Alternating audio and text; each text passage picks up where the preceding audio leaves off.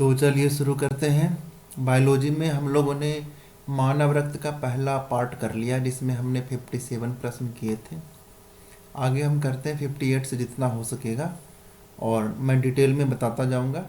Quiz इसका Telegram group पर होगा, लिंक इसका डिस्क्रिप्शन बॉक्स में दिया हुआ है। ठीक है, सभी एग्ज़ाम के लिए होगा, चाहे आप बीपीएससी दो, बीएसएससी दो, एसएससी दो, आप डीलेट दो, सीटेट दो, और आपका क्या है, आपका ये बीएड दो, सभी में आ जाएगा ये। ठीक है, तो आज से शुरू हम करेंगे श्वेत रक्त कोशिकाओं के बारे में। ठीक है, श्वेत रक्त कोशिकाएं देखिए क्या होता है। आपका जो ब्लड है ना, उसमें तो एक पार्ट आपका क्या पाया जाता है, प्लाज्मा, और दूसरा होता है आपका ब्लड के जो कण होते हैं। कण में आपका आरबीसी कर लिया है हमने, डब्ल्यूबीसी हम करेंगे आज, और एक प्लेटलेट्स होता है, वो भी हम आज ही करेंगे। ठीक है, तो आज हम करने वाले हैं आपका डब्ल्यूबीसी के बारे में थोड़ी सी जानकारी ले लेते हैं, उसके बाद हम करेंगे प्रश्न।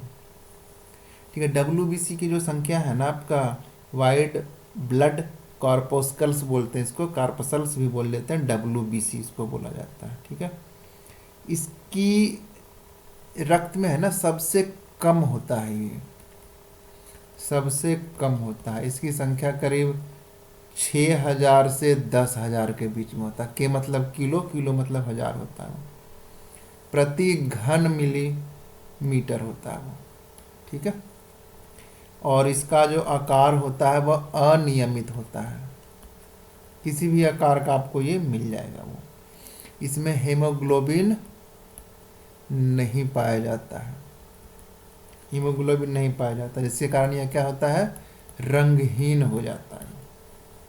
ठीक है, तो चलिए ये तो हो गया थोड़ी सी जानकारी। अगला प्रश्न है आपका, श्वेत रक्त कोशिकाओं का मुख्य कार्य क्या है। श्वेत रक्त कोशिका डब्ल्यूबीसी का मुख्य कार्य क्या है आपका, संक्रमण से लड़ना। ठीक है, ऑक्सीजन पहुंचाना तो आरबीसी का काम हो गया, संक्रमण हो गया डब्ल्यूबीसी का काम। रक्त का थक्का जमना ये आपका फाइब्रिनोजन करता है, वो फाइब्रिनोजन, इसके कारण रक्त का थक्का जमता है। रक्त का लाल रंग किसके कारण होता है, हीमोग्लोबिन के कारण। ठीक है, रिवीजन ऐसे होता है आपका। ठीक है, ऑप्शन 20 का सही उत्तर है। अगला है, सबसे बड़ा श्वेत रुधिराणु है। रुधिराणु मतलब कि रुधिर का जो कण है, सबसे बड़ा कौन सा है। देखिए डब्ल्यूबीसी है ना आपका, वो दो तरह का होता है। एक तो डब्ल्यूबीसी ऐसे होते हैं, डब्ल्यूबीसी कहाँ पाया जाएगा आपका, जीव द्रव्य में पाया जाएगा, जिसको हम प्लाज्मा बोलते हैं। एक जिसको हम बोलते हैं ग्रैनुलोसाइट्स, बोलने में थोड़ा दिक्कत है, ग्रैनुलोसाइट। और दूसरा क्या होता है आपका, ए ग्रेनुलोसाइट। ग्रैनुलोसाइट जिस पर कण पाए जाते हैं, एक विशेष तरह का कण पाया जाता है जिसमें छोटे छोटे सूक्ष्म कण पाए जाते हैं ना, उसको हम ग्रैनुलोसाइट कहते हैं। यह 3 तरह का होता है। 3 तरह का कौन कौन सा होता है आपका, न्यूट्रोफिल, एसिनोफिल, एसिनोफिल देखिए EOSINOPHIL, एसिनोफिल। और तीसरा आपका ये हो जाता है बेसोफिल। ठीक है, डब्ल्यूबीसी में 2 तरह के हो गए, ग्रेनुलोसाइट और एग्रेनुलोसाइट। एग्रेनुलोसाइट में आपका हो जाएगा मोनोसाइट्स, ये आपको याद रखने पड़ेंगे, कभी कभी इनसे भी प्रश्न आ जाता है। और एक हो जाता है लिम्फोसाइट्स। इनके डिटेल में मैं आपको लिख के तो नहीं बताऊंगा, लेकिन देखिए क्या होता है। मेन काम है डब्ल्यूबीसी का क्या, शरीर को रोगों से बचाना। शरीर में रोग फैलाने वाले जीवाणुओं को नष्ट करना ही डब्ल्यूबीसी का मुख्य काम है। विभिन्न जीवाणुओं के संक्रमण में पहले क्या होता है, न्यूट्रोफिल आता है लड़ने के लिए। सबसे पहले आपका आता है न्यूट्रोफिल, और बाद में आपका आता है मोनोसाइट। ठीक है, इन दोनों का काम क्या है, लड़ना। लेकिन सबसे पहले क्या आता है कि भाई मैं हूँ न्यूट्रोफिल, मैं तगड़ा हूँ भाई, तो मैं पहले आ जाऊँगा, और मोनोसाइट तुम बाद में आना। ठीक है, इन दोनों का समझ में आ गया।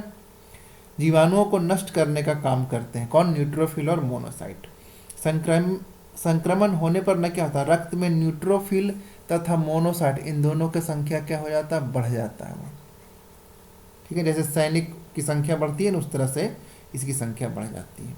या फिर अगला देखिए, शरीर में मानिए खुजली हो गया, नोचनी हो गया, दमा हो गया, खांसी, एलर्जी, ये सब होता है ना, तो आपका इसको एसिनोफिल है ना, ये एक्टिव हो जाता है। वो एसिनोफिल को ना एक नाम से और जाना जाता है, इसको हम एसिडोफिल भी बोलते हैं।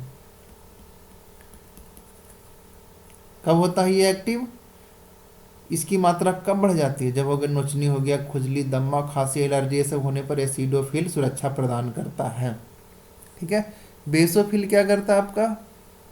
बेसोफिल में ही आपका वो जनरेट होता है आपका कौन सा सेल इसको बोलते हैं, आगे देखेंगे हम इसको, ठीक है ना। अगला है आपका लिम्फोसाइट। लिम्फोसाइट सबसे महत्वपूर्ण घटक होता है। यह दो प्रकार का होता है आपका, एक बी टाइप का होता है, एक टी टाइप का होता है वो।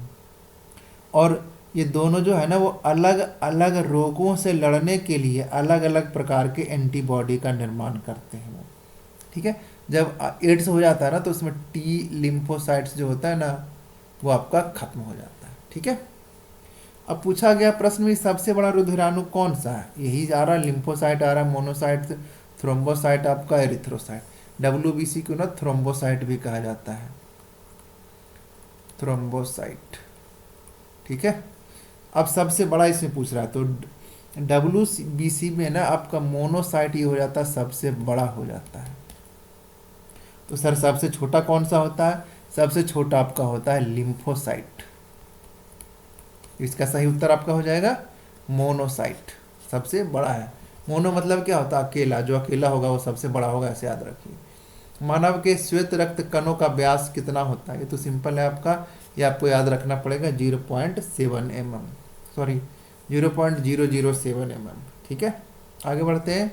ऑप्शन ए सही उत्तर है। जब कोई बाहरी पदार्थ मानव शरीर रुधिर प्रणाली में प्रवेश करता है तो प्रतिक्रिया कौन आरंभ करता है आपका? कौन? डब्ल्यूबीसी ही आरंभ करता है। ठीक है, थ्रोम्बोसाइट। ठीक है, ऑप्शन बी सही उत्तर है। निम्न में से वे रक्त कणिकाएं कौन सी हैं जो रोगों का प्रतिरोध करने में सहायक होती हैं? श्वेत कोशिकाएं। ठीक है, ऑप्शन ए सही उत्तर है। निम्न शरीर में निम्न में से कौन संक्रमण से हमारी रक्षा करता है? एक ही प्रश्न है लेकिन घुमा घुमा कर पूछा गया। ऑप्शन बी डब्ल्यूबीसी हमारी रक्षा करता है। ल्यूकोपेनिया क्या है? डब्ल्यूबीसी कोशिकाओं में असामान्य वृद्धि आपका जो क्या कहलाता है? ल्यूकोपीनिया कहलाता है। ऑप्शन सी सही उत्तर है। ठीक है, आप बताइए कमेंट बॉक्स में, मैंने बताया हुआ है लाल रक्त कोशिकाओं में असामान्य कमी क्या कहलाता है? ठीक है, अगला है ल्यूकेमिया या रक्त कैंसर का लक्षण निम्न में से किसमें असामान्य वृद्धि है? ल्यूकेमिया रक्त कैंसर आपका श्वेत रक्त कोशिकाओं में असामान्य वृद्धि है। ऑप्शन बी इसका सही उत्तर है। रुधिर में श्वेत रक्त कणिकाओं की अत्यधिक मात्रा में उपस्थित को रोग विज्ञान की भाषा में क्या कहा जाता है? यह आपका कहा जाता है ल्यूकेमिया। अभी बताया पिछले वाले स्लाइड में, यह आपका कहा जाता है ल्यूकेमिया। ठीक है, ऑप्शन बी सही उत्तर है। एनीमिया क्या होता है मैं बता चुका हूँ, कमेंट बॉक्स में आप लोग बताइए, देखते हैं आप लोगों को कितना याद है। ठीक है, आगे बढ़ते हैं। रक्त कैंसर ल्यूकीमिया बीमारी की रोकथाम के लिए प्रयोग किया जाने वाला रेडियो समस्थानिक कौन सा है? ये आपको याद रखना पड़ेगा, फास्फोरस 32 का प्रयोग किया जाता है। सोडियम का ही प्रयोग किया जाता है, वो हम आगे देख लेंगे। ऑप्शन सी सही उत्तर है। ठीक है, अगला है निम्न में से कौन श्वेत रक्त कोशिका भक्षक कोशिका नहीं है? देखिए, भक्षक मतलब जो मारने का काम करता है। मारने का काम कौन कौन करता था आपका? न्यूट्रोफिल करता था। न्यूट्रोफिल कर पहले मोनोसाइट आता था, ठीक है ना। पहले न्यूट्रोफिल आता था, फिर मोनोसाइट आता था। ठीक है, फिर लिम्फोसाइट यही काम करता, टी सेल होता है और आपका बी सेल होता है। लेकिन इयोसिनोफिल जो है ना, यह काम ये क्या करता है? वह ये कब होता है? नोचनी में हो जाता है, खुजली, दाद, खाद, एलर्जी आता तब ये होता है, लेकिन ये भक्षण करने का काम नहीं करता। इसलिए ऑप्शन सी एसिनोफिल सही है। ठीक है, रोग प्रतिकारकों को उत्पन्न करने वाला सेल कौन सा है? रोग प्रतिकारक को उत्पन्न करने वाला लिम्फोसाइट। ठीक है, लिम्फोसाइट ही आपका हो जाता है। ठीक है ना, लिम्फोसाइट का आपका एग्रेनुलोसाइट्स में आ जाता है ये। ठीक है, दो तरह के लिम्फोसाइट होते हैं, एक होता है आपका बी लिम्फोसाइट, एक होता है टी लिम्फोसाइट। दोनों जो है ना अलग अलग प्रकार के एंटीबॉडी का निर्माण करते हैं, जो कि शरीर के प्रतिरक्षा तंत्र में काफ़ी महत्वपूर्ण भूमिका निभाते हैं। एड्स में टी सेल जो होते हैं वो नष्ट हो जाते हैं। ठीक है, ऑप्शन सी सही उत्तर है। रुधिर के प्लाज्मा में किसके द्वारा एंटीबॉडी निर्मित होती है? जस्ट अभी बताया हूँ मैं। रुधिर के प्लाज्मा में किसके द्वारा एंटीबॉडी निर्मित होती है? आपका लिम्फोसाइट्स के द्वारा। ठीक है, बी और टी लिम्फोसाइट होते हैं, वो एंटीबॉडी का निर्माण करते हैं, और टी सेल जो होता है वो एड्स में खत्म हो जाता है। ठीक है, मोनोसाइट, यूसिनोफिल, न्यूट्रोफिल, लिम्फोसाइट, ये सारे WBC के प्रकार हैं। मोनोसाइट सबसे बड़ा होता है, ठीक है, और न्यूट्रोफिल लिम्फोसाइट सबसे छोटा, मोनोसाइट सबसे बड़ा और लिम्फोसाइट सबसे छोटा होता है। ठीक है, न्यूट्रोफिल क्या करता है? सबसे पहले लड़ने के लिए यही आता है, उसके बाद मोनोसाइट आता है। ठीक है, मोनोसाइट सबसे बड़ा, लिम्फोसाइट सबसे छोटा। अगला है लिम्फोसाइट द्वारा उत्पन्न रक्षक प्रोटीन है। ये प्रोटीन है आपका इम्यूनोग्लोब्यूलिन। ठीक है, ऑप्शन डी, ये आपको याद रखना पड़ेगा। अगला है एड्स के विषाणु किसे नष्ट कर देते हैं? लिम्फोसाइट को नष्ट कर देते हैं। किस लिम्फोसाइट को? तो टी लिम्फोसाइट को ये नष्ट कर देते हैं। ऑप्शन सी सही है। बी लिम्फोसाइट का निर्माण कहाँ होता है? WBC का जहाँ निर्माण होगा। WBC का निर्माण कहाँ होता है? आपका अस्थि मज्जा में। ऑप्शन सी सही उत्तर है। न्यूट्रोफिल और लिम्फोसाइट का उद्गम होता है, देखिए सेम ही प्रश्न है लेकिन घुमा फिरा कर पूछा है, अस्थि मज्जा इसका सही उत्तर है। पट्टिकानु का दूसरा नाम क्या है? प्लेटलेट्स आपका आ गया। देखिए प्लेटलेट्स क्या होता है? WBC मैंने बता दिया, ठीक है, 4 तरह का होता है, सभी का काम बता दिया, कौन कहाँ उत्पन्न होता है, ठीक है, क्या काम करता है। अब आ गया प्लेटलेट्स, जिसे हम पट्टिकानु कहते हैं। ये क्या करता है? इसकी जो संख्या है ना वह 1.5 से 3 लाख तक हो जाता है। 3 लाख प्रति घन मिलीमीटर, MMQ में नापा जाता है इसको। ठीक है, यह केवल हुआ ना आपका स्तनधारी में ही पाया जाता है। स्तनधारी मतलब कि जो अपने बच्चों को दूध पिलाते हैं, सिर्फ उसी में यह पाया जाता है। यह भी आपका अनियमित आकार का होता है। ठीक है, इसका व्यास लगभग 2 से 4 mm तक होता है आपका, ये हो जाता है। ठीक है, इसमें न्यूक्लियस भी नहीं होता। न्यूक्लियस मतलब केंद्रक का अभाव होता है, केंद्रक इसमें नहीं होता। सर यह काम क्या करता है? काम आपका यह करता है कि यह रक्त का थक्का जमाता है। जब आपका कहीं से कट लग जाता है ना शरीर के ऊपर, तो देखोगे रक्त का थक्का जम जाता है। मेन काम इसका यही है। किसी शरीर के किसी भी अंग के कट फट जाने से प्लेटलेट्स अधिक संख्या में एकत्र होकर आपस में चिपक जाते हैं, जिससे रक्त का बहना क्या हो जाता है? बंद हो जाता है वो। ठीक है, प्लेटलेट्स को थ्रोम्बोसाइट भी कहा जाता है, थ्रोम्बोसाइट। ठीक है, कोई दिक्कत नहीं होनी चाहिए। अच्छा, ये थ्रोम्बोसाइट मैंने वाइट ब्लड कोशिका को बता दिया, जो कि गलत है। ठीक है, WBC को एरिथ्रोसाइट कहा जाता है। ठीक है, एरिथ्रोसाइट आपका कहा जाता है RBC को। प्लेटलेट्स को कहा जाता है आपका थ्रोम्बोसाइट। देखिए दोनों सेम ही लिखा हुआ, आपका पट्टिकानु कहिए, प्लेटलेट्स कहिए या फिर थ्रोम्बोसाइट्स कहिए। तो प्लेटलेट्स का दूसरा नाम क्या है आपका? थ्रोम्बोसाइट। ऑप्शन डी इसका सही उत्तर है। आगे बढ़ते हैं। निम्न रुधिर कोशिकाओं में से कौन सी एक रक्त अस्कंदन के लिए अधिभार है? रक्त अस्कंदन मतलब रक्त का जमना। आपका कौन है? आपका प्लेटलेट्स या फिर पट्टिकानु। ऑप्शन ए सही उत्तर है। ये आपका RBC क्या करता है? ऑक्सीजन को होता है, लाल होता है, हीमोग्लोबिन इसमें पाया जाता है। श्वेत रक्त कोशिका क्या करता है? आपका शरीर की प्रतिरक्षा प्रणाली बनाती है, जिससे शरीर को कई रोगों के संक्रमण से हमें बचाता है। ठीक है, अगला है रक्त में कुछ निश्चित कोशिकाओं की उपस्थिति के कारण रक्त का थक्का बनता है। कौन सा रक्त में उपस्थित होता है जिसके कारण थक्का बनता है आपका? तो आपका प्लेटलेट्स के कारण रक्त का थक्का बनता है। ऑप्शन डी सही उत्तर है।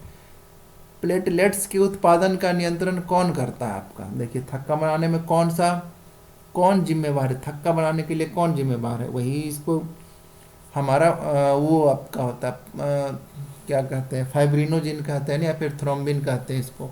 तो थ्रोम्बोपाइटीन जो है ये आपका रक्त का थक्का बनाने में सहायक होता है, यही नियंत्रित करता है। ऑप्शन बी सही उत्तर है। ठीक है, आगे देखेंगे कैसे कैसे रक्त का थक्का जमता है, शायद आ जाए प्रश्न। प्रोथ्रोम्बिन आ गया। प्रोथ्रोम्बिन जो रक्त का थक्का जमाने के लिए जिम्मेवार है, किसके द्वारा स्रावित किया जाता है? तो ये स्रावित किया जाता है रक्त प्लेटलेट्स, WB, जिसको हम लोग क्या बोलते हैं, रक्त प्लेटलेट्स को क्या बोला जाता है आपका, देखिए नाम ही भूल गया मैं, प्लेटलेट्स कहिए या फिर इसको पट्टिकानु बोलिए, ठीक है ना, नाम ही ऐसा याद नहीं रहता, पट्टिकानु, रक्त प्लेटलेट्स, पट्टिकानु या फिर थ्रोम्बोसाइट्स कहिए। तो यही आपका जो है वो थक्का जमाने के लिए प्रोथ्रोम्बिन का स्राव करता है। अगला है, रक्त का थक्का बनने में फाइब्रिनोजन को फाइब्रिन के परिवर्तन में भाग लेने वाला एंजाइम कौन सा है? देखिए रक्त का थक्का कैसे जमता है आपका, इसे समझिए पहले। मेन काम प्लेटलेट्स का यही है, पट्टिकानु का। देखिए कैसे करता है ये। मानिए शरीर के किसी स्थान पर कट लग गया तो खून बाहर निकलने लगेगा हमारा, ठीक है ना। तो जब रक्त जमेगा ना उसको ही हम लोग ब्लड क्लॉटिंग कहेंगे। इसमें करीब 2 से 5 मिनट लगता है रक्त का थक्का जमने में। इस प्रक्रिया को हम लोग क्या कहते हैं, कैस्केडिंग कहा जाता है इस प्रक्रिया को। देखिए जब कहीं रक्त कटता है तो शरीर से क्या होता है, रक्त क्या आता है, बाहर आता है। वो रक्त जैसे ही वायु के संपर्क में आता है तो रक्त में क्या उपस्थित होता है आपका, थ्रोम्बोसाइट।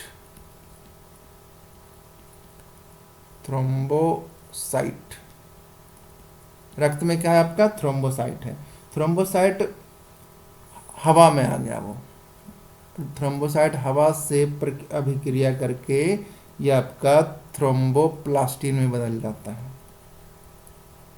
थ्रोम्बोप्लास्टिन में बदल जाता है। ठीक है, यह थ्रोम्बोप्लास्टिन कैल्शियम से क्रिया करके रक्त में पहले से ही उपस्थित प्रोथ्रोम्बिन को थ्रोम्बिन में बदल देता है। ये आपका बन गया। अब देखिए ये क्या करेगा, इसके आगे बढ़ते हैं।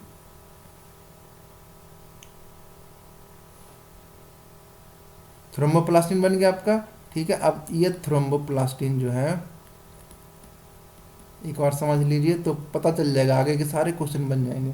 थ्रोम्बोप्लास्टिन कैल्शियम से अभिक्रिया करके, और रक्त में पहले से ही प्रोथ्रोम्बिन है, इससे अभिक्रिया करके यह थ्रोम्बिन बनाएगा। ठीक है, प्रोथ्रोम्बिन को इसने किसने बदल दिया, थ्रोम्बिन में बदल दिया। अब क्या होगा, यह थ्रोम्बिन रक्त में, देखिए रक्त में प्रोथ्रोम्बिन ही मौजूद है और फाइब्रिनोजेन भी मौजूद है। अब प्रोथ्रोम्बिन क्या करेगा, देखिए प्रोथ्रोम्बिन नहीं, थ्रोम्बिन। थ्रोम्बिन आपका क्या करेगा, रक्त में पहले से ही कौन मौजूद है, फाइब्रिनोजन।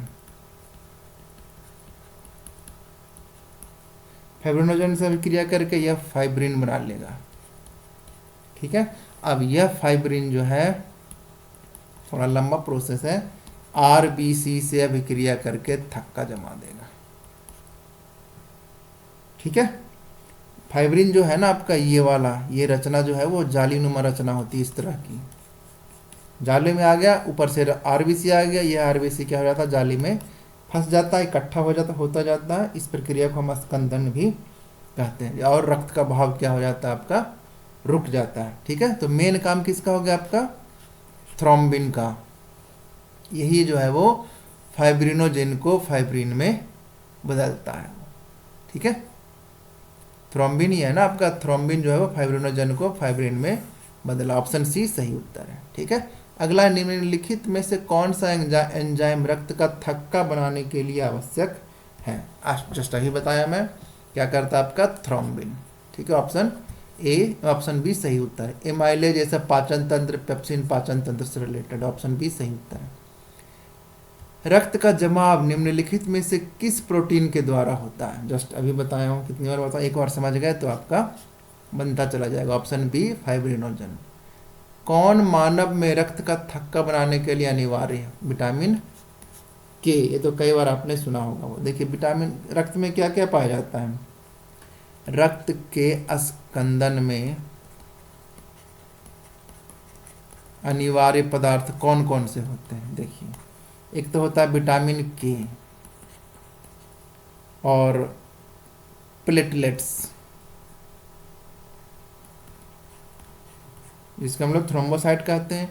एक आपका कैल्शियम पाया जाता है और आपका फाइब्रिनोजन या फिर प्रोथ्रोम्बिन। ये चीज़ें आपकी रक्त का थक्का बनने के लिए आवश्यक हैं। विटामिन के, प्लेटलेट्स, एक कैल्शियम धातु चाहिए और प्रोटीन, आपका ये प्रोटीन में फाइब्रिनोजन और प्रोथ्रोम्बिन चाहिए। तो पूछा है कौन सा अनिवार्य है आपका, तो विटामिन के, ऑप्शन डी सही उत्तर है। थक्का बनने की प्रक्रिया के कारण घाव से रक्त स्राव बंद होना क्या कहलाता है, स्कंदन कहलाता है, ऑप्शन डी सही उत्तर है। रक्त का थक्का बनने की क्रिया को क्या कहा जाता है, कोगुलेशन, स्कंदन कहा जाता है, ऑप्शन सी सही उत्तर है।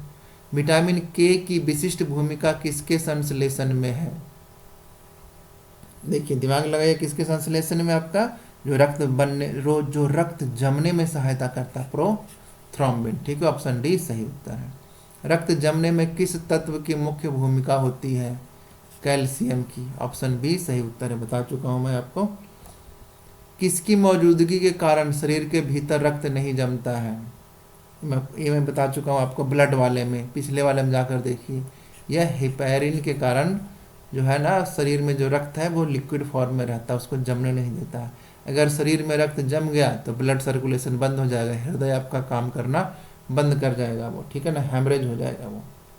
अगला है, रक्त में प्रतिस्कंदक पदार्थ कौन सा है, हिपैरिन है जो कि रक्त को जमने नहीं देता है। देखिए फाइब्रिनोजन और थ्रोम्बिन रक्त को क्या कर देता है, जमा देता है, लेकिन ये जमने से रोकता है शरीर के अंदर, ऑप्शन बी सही उत्तर है।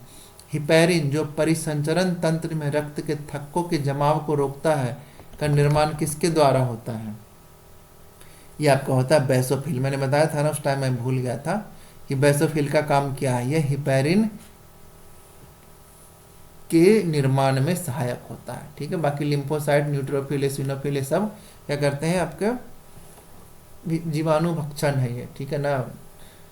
तो बेसोफिल है जो कि हिपैरिन का निर्माण करता है, जो कि शरीर के अंदर रक्त को जमने नहीं देता है, ठीक है।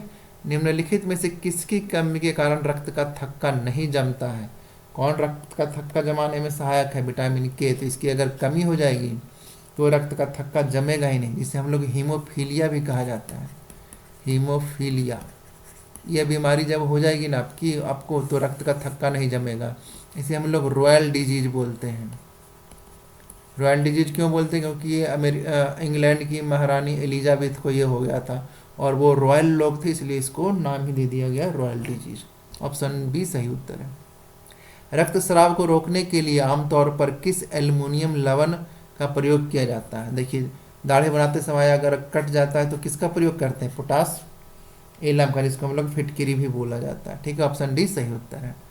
वह रेडियो समस्थानिक जिसे परिवहन तंत्र में खून के थक्के का पता लगाने हेतु प्रयोग किया जाता है, वह है आपका सोडियम 24, ये पीछे आ चुका था, देखिए यहाँ पर ये इसका प्रयोग होता है, रक्त के थक्का का पता लगाने के लिए प्रयोग किया जाता है, ऑप्शन डी सही उत्तर है। 1930 में मानव, यहाँ से अलग टॉपिक शुरू हो रहा है आपका, ब्लड टाइप्स, कौन कौन से ब्लड होते हैं। 1930 में मानव ABO रक्त समूह प्रणाली का वर्णन करने के लिए किस वैज्ञानिक को नोबेल पुरस्कार से सम्मानित किया था, तो ये थे आपके कार्ल लैंडस्टीनर। इन्होंने ही आपका विभिन्न प्रकार के जो है ना आपका रक्त उसका खोज किया था, ठीक है, रक्त समूह या फिर ब्लड ग्रुप की खोज की थी। अगला प्रश्न यही है कि ब्लड ग्रुप की खोज किसने की है, तो कार्ल लैंडस्टीनर ने, ठीक है। अगला आपका कौन सा रक्त समूह सर्वदाता कहलाता है, तो ये आपका कहलाता है O निगेटिव। रक्त देखिए 3 तरह का होता है, एक होता है A, B और होता है एक O, ये मैं आगे बताऊंगा। सर्वदाता कहलाता आपका O निगेटिव, ऑप्शन बी सही उत्तर है। मानव रक्तदान के लिए कौन सा रक्त समूह सर्वाधिक दाता, यूनिवर्सल डोनर कौन कहलाता आपका, यूनिवर्सल डोनर O या फिर O निगेटिव, ठीक है। अगर पॉजिटिव निगेटिव में पूछे तो O निगेटिव सही होगा, सिर्फ O दिया हुआ है तो यूनिवर्सल डोनर आपका ओ हो जाएगा वो। ठीक है, थोड़ा सा ब्लड के बारे में जान लेते हैं अब। कहोगे सर ब्लड का आ रहा प्रश्न, आप बता ही नहीं रहे हो। रक्त समूह का खोज किसने किया था? लैंडस्टीनर ने किया था, मैं बता चुका हूँ। 4 प्रकार के रक्त समूह पाए जाते हैं, कौन कौन से? ए बी, ए बी और ओ। ठीक है, इन सभी को कैसे डिवाइड किया गया है? रक्त समूह में जो विभिन्नता है ना, उसमें आरबीसी में पाया जाने वाला ग्लाइकोप्रोटीन है, जिसे लैंडस्टीनर ने एंटीजन नाम दिया था। ठीक है, तो यहाँ पर क्या कहते हैं? एंटीजन बोलते हैं। और एक होता आपका एंटीबॉडी। तो देखिए, जिसमें एंटीजन 2 तरह का उन्होंने बताया था, एक ए एंटीजन और एक बी एंटीजन। जिसमें एंटीजन ए होगा उसको हम ब्लड ग्रुप ए बोलेंगे, ये आपका हो गया ग्रुप। तो ए एंटीजन में एंटीबॉडी भी 2 तरह की होती है, एक ए होता है छोटा से डिनोट करते हैं, और एक एंटीबॉडी बी होती है। ठीक है, तो एंटीजन जो हो ना आपका, वो एंटीबॉडी के निर्माण में यानी कि सहायक होता है वो। तो अगर इसमें एंटीजन ए है तो इसमें एंटीबॉडी बी पाई जाएगी।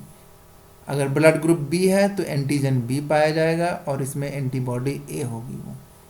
ब्लड ग्रुप ए भी है तो इसमें दोनों एंटीजन पाए जाएंगे और इसमें कोई एंटीबॉडी नहीं होगी वो में कोई एंटीजन नहीं होगा और इसमें दोनों एंटीबॉडी होगी। ठीक है, रक्त के प्लाज्मा में एक प्रकार का प्रोटीन पाया जाता है जिसे हम लोग क्या बोलते हैं? एंटीजन। एंटीजन क्या होता है? प्रोटीन होता है। यह एंटीबॉडी का निर्माण, इस एंटीबॉडी का जो निर्माण है ना, देखिए एंटीबॉडी भी होता है आपका, एंटीबॉडी का निर्माण लिम्फोसाइट करता है। लिम्फोसाइट WBC का एक प्रकार है। जिसमें एंटीजन नहीं होगा उसको हम क्या बोलेंगे? ब्लड ग्रुप ओ बोलेंगे। ठीक है, एक प्लस पॉजिटिव नेगेटिव भी होता है, वो हम आगे देखेंगे। यूनिवर्सल डोनर आपका ओ समूह होगा और सर्वाधिक जो यूनिवर्सल एक्सेप्टर जिसको बोलते हैं वो ए भी हो जाएगा। ठीक है, अगला कौन सा रक्त समूह सार्वभौमिक सुई करता है? यूनिवर्सल क्या कहते हैं इसको? एक्सेप्टर। यूनिवर्सल एक्सेप्टर किसको हम बोला जाता है? आपका option D A B positive, option D इसका सही उत्तर है। ओ हो गया या फिर ओ नेगेटिव हो गया या यूनिवर्सल डोनर हो गया वो, और ए बी हो गया या फिर ए बी पॉजिटिव हो गया, इसको यूनिवर्सल एक्सेप्टर कहेंगे हम। ठीक है, ऑप्शन डी इसका सही उत्तर है। कौन सा रक्त समूह सार्वभौमिक प्राप्तकर्ता रक्त समूह है? यूनिवर्सल एक्सेप्टर, ऑप्शन ए सही उत्तर है। ठीक है, ए बी रक्त समूह में क्या होता है? अभी जस्ट मैंने बताया, ए बी रक्त समूह में दोनों एंटीजन होते हैं और कोई भी एंटीबॉडी उसमें नहीं होता है। एंटीजन नहीं, ये तो गलत है, एंटीबॉडी नहीं रहते हैं, ये आपका सही ऑप्शन भी सही उत्तर है। ए बी में दोनों एंटीजन होते हैं और एंटीबॉडी उसमें कोई नहीं होता है। ठीक है, ऑप्शन बी। ए बी रक्त वाले व्यक्ति को कभी कभी सार्वत्रिक रक्त अदाता कहा जाता है, क्योंकि सार्वत्रिक रक्त अदाता मतलब कि यूनिवर्सल एक्सेप्टर, किसी से भी ये रक्त ले लेगा वो। ठीक है, ए से भी ए ब्लड ग्रुप वाले से भी रक्त ले सकता है, बी वाले से भी ले सकता है, ए बी वाले से भी ले सकता है। ठीक है, और ओ वाले से भी ले सकता है। क्यों? क्योंकि इसमें एंटीबॉडी का क्या होता है? वो अभाव होता है वो। देखिए, एंटीबॉडी जब एंटीजन से मिल जाता है ना तो रक्त का थक्का जम जाता है वो। तो जब एंटीबॉडी ही नहीं होगा किसी ब्लड में तो उसको आप किसी को भी दे दीजिए। ठीक है ना, इसलिए हम बोलते हैं कि ए बी अगर ब्लड ग्रुप है ना आपका तो उसमें कोई भी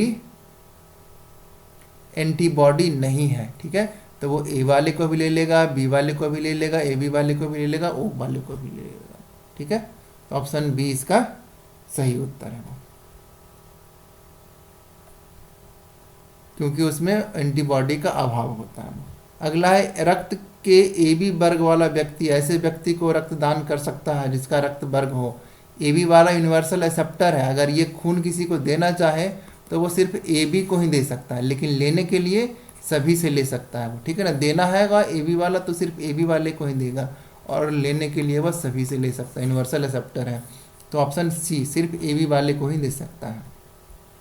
अगला प्रश्न है आपका, ए बी रक्त वाला व्यक्ति किसी ऐसे व्यक्ति का रक्त ले सकता है जिसका ब्लड ग्रुप कौन सा हो? कोई भी वर्ग हो, ठीक है, ए भी हो सकता है, बी भी हो सकता है, ए बी भी हो सकता है, कोई वर्ग। ऑप्शन डी इसका सही उत्तर है। देखिए रुधिर, देखिए सबसे पहले 1901 ईस्वी में किया था ना कार्ल लैंडस्टीनर ने, ए बी और ए बी ओ का किया था, ए का किया था, बी का किया था, ओ का किया था। कार्ल लैंडस्टीनर ने किया था 1901 ईस्वी में। लेकिन एक और वर्ग ग्रुप का खोज किया था, ब्लड ग्रुप ए बी का, 1902 ईस्वी में किया था। किसने किया था? डिकैस्टेलो ने किया था। डिकैस्टेलो तथा स्टर्ली ने किया था, दोनों मिल करके किया था। ठीक है, बता दिया हूं मैं। अब देखिए यहाँ पर आदान प्रदान करना है, तो देखिए यहाँ पर मैं टेबल ही बना देता हूँ आपको। ये आपका ब्लड ग्रुप हो जाएगा, वो किसको दे सकता है, किसको दे सकता है, ठीक है, और ले सकता है, किससे ले सकता है, किससे ले सकता है, किससे लिख देता हूं, और किसको दे सकता है। तो देखिए पहला है ब्लड ग्रुप ए, किसको ये दे सकता है? तो ए वाले को दे सकता है और ए बी वाले को दे सकता है। किससे ले सकता है? तो यूनिवर्सल डोनर कौन सा है? ए, और ए वाले से भी ले सकता है। ठीक है, दे भी सकता है ए को और ए से ले भी सकता है। अब ये बी ब्लड ग्रुप है, तो बी वाले को दे सकता है और ए बी वाले को दे सकता है।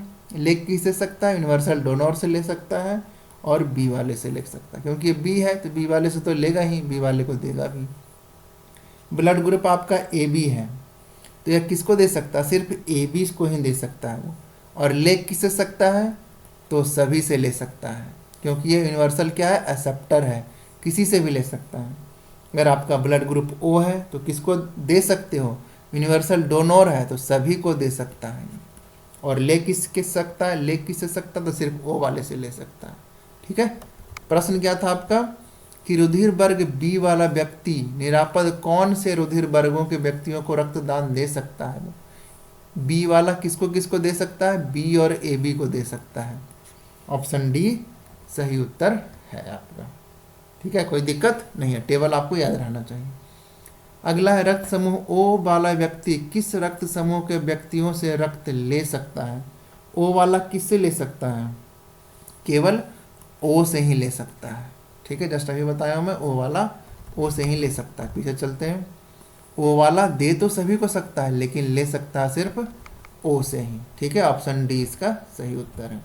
अगला आपका, यदि माता पिता में से एक का रुधिर वर्ग ए बी है और दूसरे का ओ है तो बच्चे का क्या होगा? बच्चे का ब्लड ग्रुप कौन सा? यहाँ पर समझने वाला आपका है। देखिए माता पिता तो जोड़े में ही होंगे, ठीक है ना। यहाँ पर सारे केस हम समझ लेते हैं। पहले हम देख लेते हैं ब्लड ग्रुप ओ के साथ। ब्लड ग्रुप ओ के साथ देख लेते हैं। ओ क्या होता है आपका? वो ओ का मान लिए ऐसे कर लेते हैं, ओ का ए के साथ। ठीक है, तो बच्चे का आपका हो जाएगा, बच्चे का मैं लिख देता हूँ, बच्चे का संभावित रक्त। अगर माता पिता में से ओ है और ए है तो बच्चा ओ होगा या फिर ए होगा। ठीक है, अगर माता पिता में ओ और बी है तो बच्चे का ओ और बी हो जाएगा। अगर माता पिता में ओ है और ए बी है तो बच्चे का ए होगा या फिर बी होगा। ठीक है, अगर माता पिता दोनों ओ टाइप के हैं तो बच्चे का ओ ही रहेगा वो। ठीक है, ओ के साथ देखिए अगर ए मिला तो ए ही रहेगा वो, ओ तो है ही। बी मिला तो बी रहेगा, ओ मिला तो ओ रहेगा, ए बी मिला तो आपका ए बी हो जाएगा वो। ठीक है, अगला देखिए, अगर मान लीजिए कि दोनों ए रहे, माता भी ए है पिता भी ए है, तो बन जाएगा बच्चे का ए हो। ठीक है, माता भी बी है पिता भी बी है तो बच्चे का बी बन जाएगा या फिर ओ बन जाएगा। ठीक है, अगर माता पिता दोनों ए बी हैं तो या तो ए बनेगा या तो बी बनेगा या फिर ए बी बनेगा।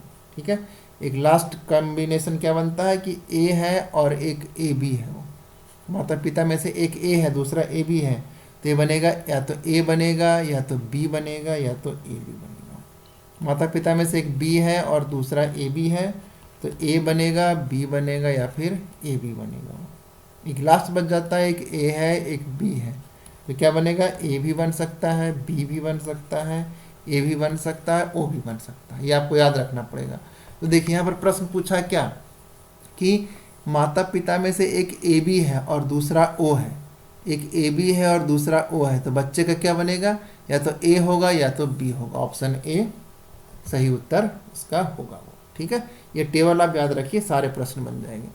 अगला है, यदि एक पिता का रक्त वर्ग ए है और माता का रक्त वर्ग ओ है, तो ए का ओ के साथ अगर बने तो क्या बन जाता है, या तो ओ बनेगा या फिर ए बनेगा। ऑप्शन देख लेते हैं। तो पुत्र का निम्न में से कौन सा रक्त वर्ग हो सकता है।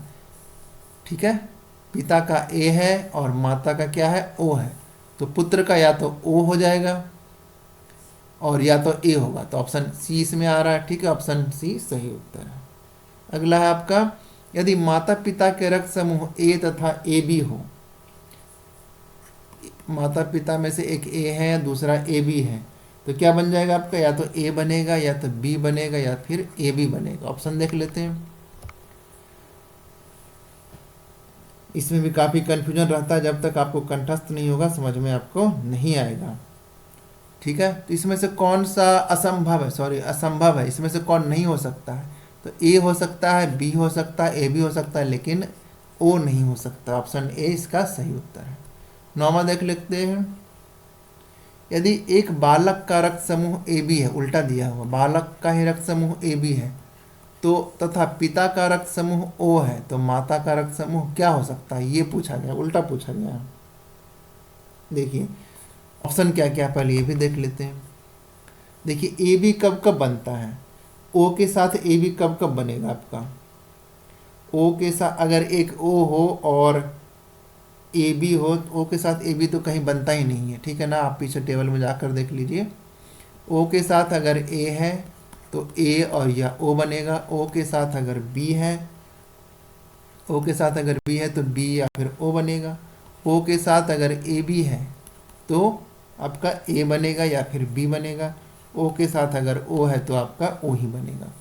तो ओ के साथ ए बी का अगर है तो आपको ए बनेगा या फिर ए बी बनेगा, ए बी नहीं बनेगा आपका, इनमें से कोई नहीं आपका आंसर हो जाएगा वो। ठीक है, ये समझ लीजिए, ये काफ़ी लंबा चौड़ा प्रश्न है, वैसे ऐसे प्रश्न आते नहीं हैं, पॉजिटिव नेगेटिव के साथ ही दिया गया है। देखिए, एक विवाहित दंपत्ति ने एक बालक को गोद लिया। ठीक है, गोद लिया, जन्म नहीं दिया है। इसके कुछ वर्ष उपरांत उन्हें जुड़वा पुत्र पैदा हुआ। गोद तो ले लिया लेकिन जुड़वा पुत्र भी पैदा हुए हैं। दंपत्ति में से एक का रक्त वर्ग ए बी पॉजिटिव है। एक बात और ध्यान रखिए यहाँ पर कि अगर माता पिता में प्लस और माइनस है तो पुत्र में प्लस या माइनस आ जाएगा। ठीक है, माता पिता में माइनस और माइनस है तो पुत्र में माइनस आ जाएगा। ठीक है, और अगर प्लस या दोनों प्लस है तो आपका प्लस या माइनस रहेगा। ठीक है, सिर्फ माइनस माइनस के केस में ही माइनस रहेगा। माइनस मतलब नेगेटिव, प्लस मतलब पॉजिटिव आपका। ठीक है, यहाँ पर जैसे दिया हुआ है कि दंपत्ति में से एक का रक्त वर्ग ए बी पॉजिटिव है और दूसरे का ओ नेगेटिव है। ठीक है, तो प्लस पॉजिटिव नेगेटिव आ गया, पॉजिटिव नेगेटिव, तो जो पुत्र होगा ना वो या तो पॉजिटिव में होगा या तो नेगेटिव में होगा, और दूसरे का ओ नेगेटिव है। तीनों पुत्रों में से एक का रक्त वर्ग ए पॉजिटिव है, दूसरे का बी पॉजिटिव है और तीसरे का ओ पॉजिटिव है। अब देखिए यहाँ पर हम समझ चुके हैं पहले कि अगर एक ओ हो और दूसरा ए बी हो तो क्या बनता है, या तो ए बनेगा या तो बी बनेगा। वो ये आपका मान लीजिए मम्मी हो गए, ये हो गए पापा, तो पुत्र क्या होगा, जो इनसे पैदा होगा या तो ए हो सकता है या तो बी हो सकता है। लेकिन एक तीसरा दिया हुआ कि ओ पॉजिटिव है, तो ओ वाला तो होगा ही नहीं। इसका मतलब कि इसी को गोद लिया है, गोद लिए गए पुत्र का रक्त वर्ग क्या हो जाएगा, ओ पॉजिटिव हो जाएगा वो। ठीक है, ऑप्शन ए सही उत्तर है। अगला है आपका लॉजिकल प्रश्न है, आपसे बन जाना चाहिए ये सब। एक व्यक्ति जिसका रक्त समूह ए है, ठीक है, सड़क दुर्घटना में गंभीर रूप से घायल हो जाता है, तथा चिकित्सक रक्तदान की सलाह देते हैं, उसके संबंधियों को रक्तदान करने हेतु कहा जाता है, जिनके रक्त समूह इस प्रकार हैं। पत्नी का O है, भाई का AB है, पुत्र का A है और पुत्री का O है। तो इनमें से कौन उसको खून दे सकता है? ठीक है, व्यक्ति का रक्त है A, ठीक है, तो कौन दे सकता है? O वाला दे सकता है, बिल्कुल दे सकता है। A वाला दे सकता है, क्यों दे सकता है? क्योंकि इनका भी A ही है। O वाला दे सकते, तो O वाला आपका पुत्री हो गया और पत्नी, ये दोनों दे सकते हैं। पुत्री भी दे सकती है, पत्नी भी दे सकती है, और पुत्र भी दे सकता है क्योंकि इसका A है। लेकिन भाई नहीं दे सकता है क्योंकि इसका ब्लड ग्रुप क्या है? AB है। इसका मतलब कि 1, 3 और 4, 1, 3, 4 जो है ना, उस व्यक्ति की मदद कर सकता है खून देने में। ठीक है, समझ में आ गया। अगला है, एक मनुष्य दुर्घटनाग्रस्त हो जाता है और उसे ट्रांसफ्यूजन रक्त बदलने की आवश्यकता होती है, किंतु उसके रक्त समूह का परीक्षण करने का समय नहीं है। कौन सा रक्त समूह से दिया जा सकता है? वो यूनिवर्सल डोनर जो होगा ना, वही उसको देगा। वो यूनिवर्सल डोनर ए बी नहीं, या तो O होता है या फिर O नेगेटिव होता है। O पॉजिटिव यूनिवर्सल डोनर नहीं होता है आपका, ठीक है ना। तो इसमें आपका O नेगेटिव जो होगा वो यूनिवर्सल डोनर होगा। वो किसी भी को भी खून दे सकता है। अगर आपकी दुर्घटना हो गया, आपको ब्लड ग्रुप पता ही नहीं है कि क्या है आपका, O नेगेटिव वाले को ढूंढिए, उसे सीधा आप ब्लड ले लीजिए। ऑप्शन B सही उत्तर है, ठीक है। और AB पॉजिटिव क्या होता है? एक्सेप्टर, किसी का भी ये खून ले सकता है, ठीक है। यूनिवर्सल डोनर कोई भी खून दे सकता है, ठीक है। आगे बढ़ते हैं। अज्ञात रुधिर वर्ग का एक व्यक्ति, समझ गए ना ये प्रश्न। यहाँ पर यूनिवर्सल एक्सेप्टर का मतलब क्या हुआ? यह किसी का भी खून ले सकता है, लेकिन यहाँ पर जो दुर्घटनाग्रस्त हुआ है ना, उसका रक्त समूह जांचने का समय ही नहीं है, ठीक है ना। तो कौन दे सकता है उसको खून? यूनिवर्सल डोनर दे सकता है। यूनिवर्सल डोनर क्या होता है आपका? O negative. अगर आपका दुर्घटनाग्रस्त हो गया और आपको पता है कि AB पॉजिटिव मेरा ब्लड ग्रुप है, तो फिर AB पॉजिटिव वाले को ही ढूंढना पड़ जाएगा, ठीक है। या किसी को भी खून दे सकता है, O वाले को, O वाला भी इसको खून दे सकता है, ठीक है। लेकिन हमें पता नहीं है कि ब्लड ग्रुप कौन सा है, तो O वाला जो है ना, O वाला वो किसी को भी दे सकता है। A को भी दे सकता है, B को भी, AB को भी दे सकता है, O को भी दे सकता है। यूनिवर्सल डोनर है वो, ठीक है। अगला है, देखिए, गंभीर रूप से दुर्घटनाग्रस्त हो जाता है कोई व्यक्ति और तुरंत रक्त आदान की जरूरत पड़ती है। अस्पताल में आसानी से उपलब्ध निम्नलिखित में से किस एक का रक्त आदान के लिए सुरक्षित होगा? O आपका हो जाएगा negative, O negative, option A सही उत्तर है, ठीक है। यही आपका यूनिवर्सल डोनर होता है, किसी को भी खून दे सकता है। अगला है आपका, कौन बॉम्बे रक्त समूह ब्लड ग्रुप के बारे में सही नहीं है? ये आपका हाई लेवल का हो जाता है, इसमें ऑप्शन A इसका सही उत्तर है। मैं आपको रिक्वेस्ट करता हूँ कि बॉम्बे ब्लड ग्रुप के बारे में आप लोग जा करके पढ़ लीजिए, ठीक है। मैं बता ही देता हूँ, यह ना एक विशेष प्रकार का रक्त समूह है जो करीब 40 लाख व्यक्तियों में से किसी एक में पाया जाता है। 1/40 लाख किसी एक में पाया जाता है। इसमें आपका एंटीजन ABO होता है, ठीक है। इसका खोज 1952 ईस्वी में डॉक्टर Y.M. भिंडे के द्वारा किया गया था, ठीक है। इसे बॉम्बे ब्लड ग्रुप कहा जाता है। तो इसमें कौन गलत है? तो आपका इसमें ऑप्शन A गलत है, बाकी सही है। इसमें H एंटीजन के प्रकटन में यह अपूर्ण होता है। 1952 ईस्वी में Y.M. भिंडे के द्वारा खोजा गया था। इसमें ना तो A होता है और ना ही B एंटीजन होता है, इसमें ABO एंटीजन होता है। A होता है, B भी होता है, O भी होता है, ठीक है ना। दोनों होता है, ये भी सही है, ये भी सही है, ये भी सही है, लेकिन ये गलत है। ऑप्शन A इसका सही उत्तर है, ठीक है। ब्लड ग्रुप हो गया आपका खत्म। और चलिए लाइक कर दीजिए वीडियो को, ठीक है। और इससे क्विज होगा आपका टेलीग्राम पर, टेलीग्राम जरूर ज्वाइन कीजिए। Thank you. आपके एग्जाम के लिए आपको गुड लक। मिलते हैं अगले लेक्चर के साथ। Thank you.